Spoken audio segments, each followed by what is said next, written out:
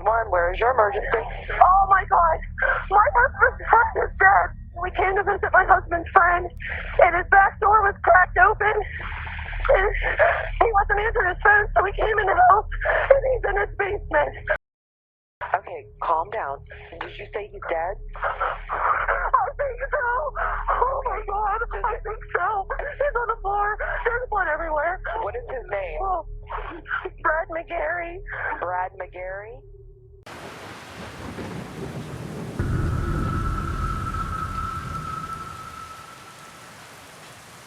브래드 맥게리는 오하이오 강 계곡에 있는 산악 지역인 벨레어에서 살고 있었습니다. 그가 살고 있던 작은 마을은 가구 수가 적었기 때문에 이웃끼리 서로 잘 알고 지냈으며 대부분의 가장들은 광산에서 광부로 일을 하고 있었습니다. 사건이 일어난 2017년 43세인 브래드도 그곳에서 광부로 몇 년 동안 일하고 있었습니다. 광부로 일하는 것은 엄청난 완력과 체력을 모두 필요로 하는 힘들고 매우 위험할 수 있는 일이었지만 힘든 만큼 페이가 좋았습니다. 광부가 되기 전 브래드는 미용사로 일을 했었습니다. 하지만 만족할 만큼 돈을 벌지 못했었기 때문에 광부로 일하는 것을 만족했습니다. 브래드는 보수적인 지역에서 매우 남성적인 일을 하고 있었지만 남들보다 눈에 띄는 색의 옷을 입었으며 다소 여성스러운 행동으로 사람들은 그가 게이처럼 보였다고 합니다. 그는 어렸을 때 어머니와 단둘이 살았으며 대학에서 화장품학을 전공한 후 미용사로 일을 했었습니다.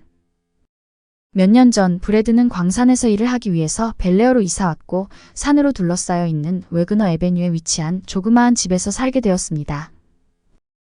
2017년 5월 7일 일요일 브래드와 함께 광산에서 일하고 있던 직장 동료이자 절친이었던 데이비드가 아내 셰리와 13살 딸과 함께 브래드 집에 방문했습니다. 그들은 지하실에서 죽어있는 브래드를 발견하고 911에 신고했고 경찰은 신속하게 도착했습니다. 현장에 도착한 경찰은 데이비드가 알려준 대로 지하실로 내려갔고 얼굴을 바닥에 향한 채 엎드려서 죽어있는 브래드를 발견했습니다. 그의 머리에는 여러 방의 총 구멍이 있었습니다. 데이비드는 빌렸던 풀 깎는 기계를 돌려주기 위해서 딸과 아내와 함께 브래드 집에 왔다고 합니다. 데이비드는 집에 있어야 할 브래드가 전화도 받지 않고 뒷문이 부셔져 있어서 걱정이 되어서 집 안으로 들어갔다고 말합니다. 부엌의 서랍들은 모두 열려 있었으며 물건들로 여기저기 흩어져 어지럽혀져 있었고 지하실에 내려가서 차갑게 식어있는 친구를 발견했다고 데이비드는 현장에 도착한 경찰에게 말했습니다.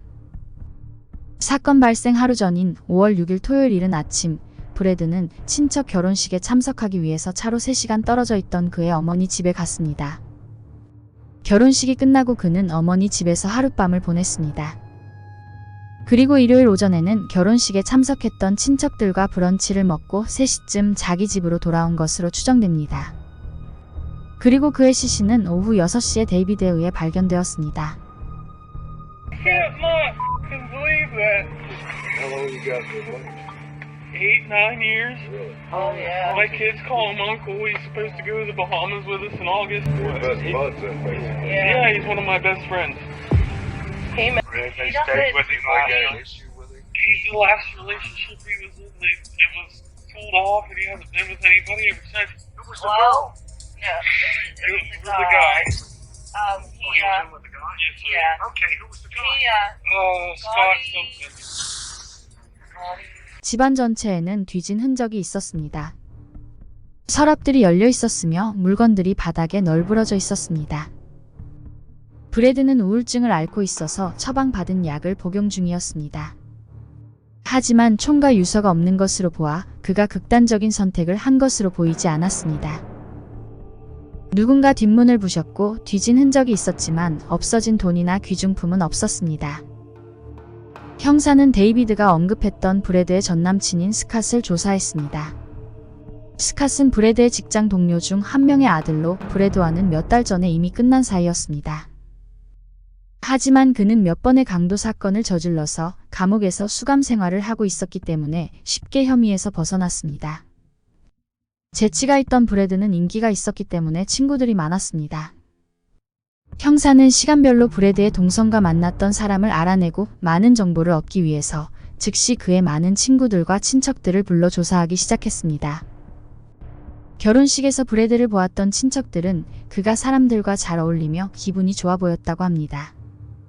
신이 난 브래드는 춤을 추고 웃고 수다도 떨었다고 합니다.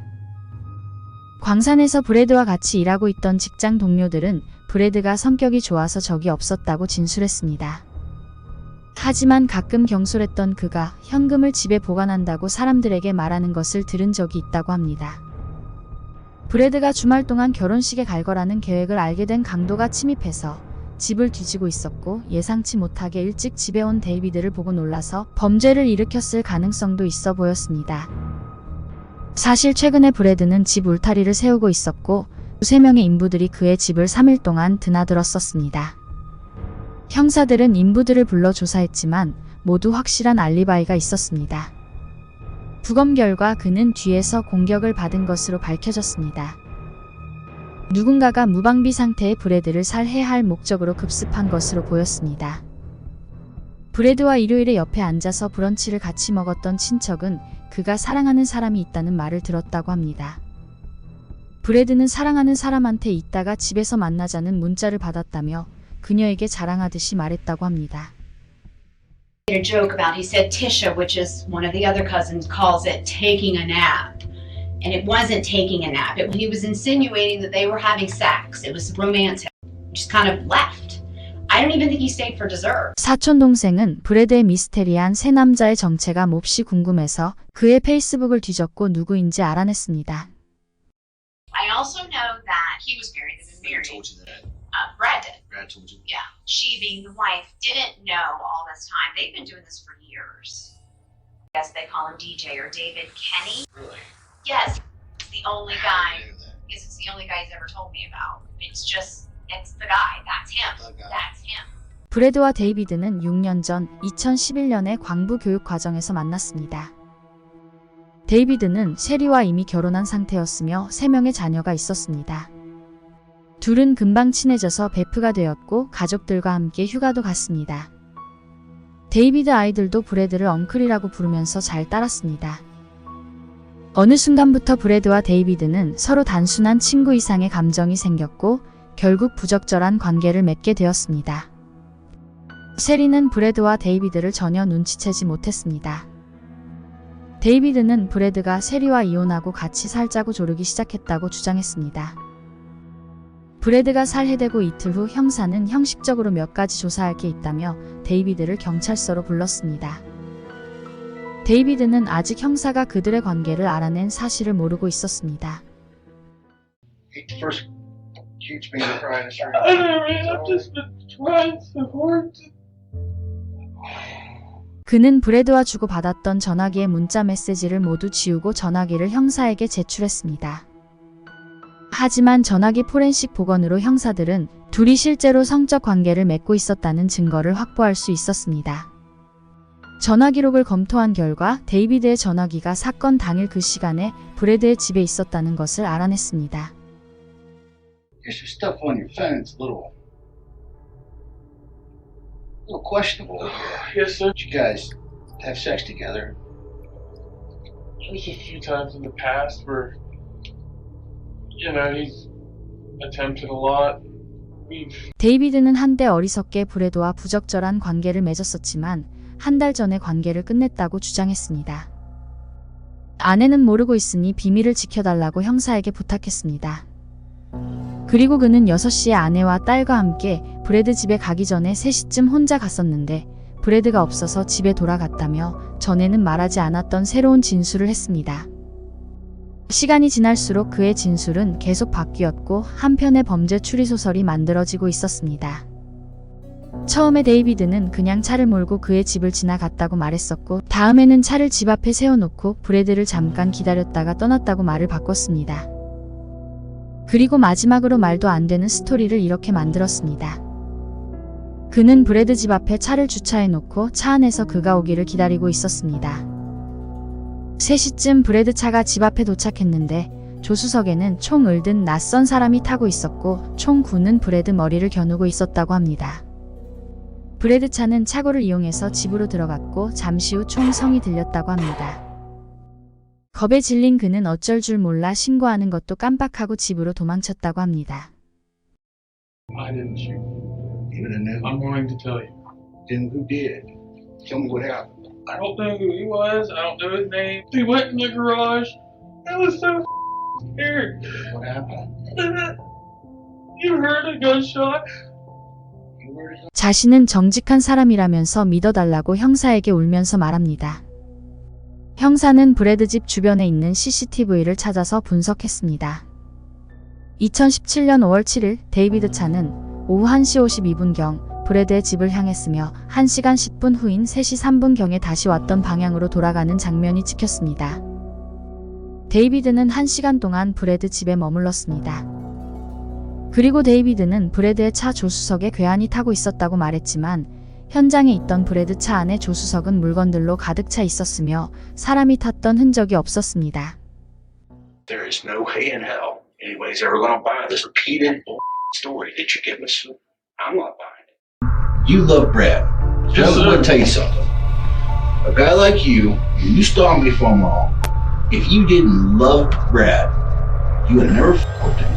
Sir. You're not the type of guy that would do something like that. No, sir, I would not kill him. There's got to be something to it. I- There's got to be a reason. I shot him. 범죄 사실을 인정한 데이비드는 무슨 일이 있었는지 이렇게 진술했습니다. 데이비드는 결혼식에서 돌아온 브래드를 만나러 그의 집으로 갔습니다. 그가 브래드 집에 들어갔을 때 브래드는 숨겨두었던 돈이 없어졌다며 소리를 지르고 화를 내면서 집 전체를 뒤지고 있었습니다. 그래서 모든 서랍과 찬장이 열려 있었고 마치 침입자가 뒤진 것처럼 보였던 겁니다. 짜증이 났던 브래드는 화풀이를 데이비드에게 하기 시작했습니다. 그는 데이비드에게 아내와 이혼하고 자기에게 언제 올 거냐며 화를 내며 물었습니다. 데이비드가 아내와 아이들을 사랑하기 때문에 가족을 떠날 수 없다고 말하자 브래드는 데이비드를 마구 때리기 시작했다고 합니다. 화를 주체 못한 브래드는 총을 가지고 와서 만약 아내 셰리와 이혼을 하지 않으면 둘 관계를 그녀에게 솔직하게 말하고 모두 쏴서 죽일 거라고 소리를 지르며 데이비드에게 달려들었다고 합니다. 몸싸움을 해서 간신히 총을 뺏은 데이비드는 살기 위해서 어쩔 수 없이 브래드를 쐈다며 정당방위를 주장했습니다. 그 후 데이비드는 집을 급하게 빠져나왔고 운전하면서 창문 밖으로 총을 버렸다고 합니다. 하지만 그가 버렸다는 총은 발견되지 않았습니다.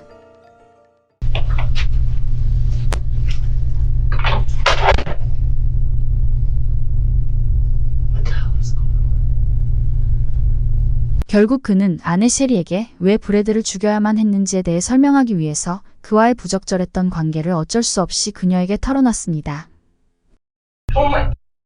Me and our daughter are there. I know. I know. I didn't know what else to do.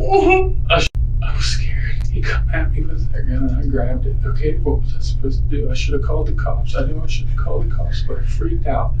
And the whole now, what are our kids gonna think?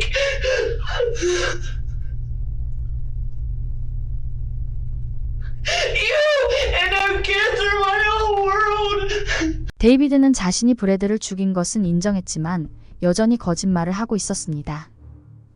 브래드는 뒤통수에 2발의 총상을 입었습니다. 지하실에는 싸움의 흔적이 없었으며 브래드는 매복을 당한 것으로 보입니다. 데이비드는 브래드가 둘 사이의 비밀을 아내에게 폭로하는 것이 두려웠습니다. 브래드가 결혼식 때문에 집을 비운다는 것을 알았던 데이비드는 그의 집에 몰래 들어가서 그가 돌아오기를 숨어서 기다렸습니다. 브래드가 지하실에 내려왔을 때 그의 뒤통수에 총 2발을 쐈습니다. 데이비드는 1급 살인 혐의로 기소되었습니다.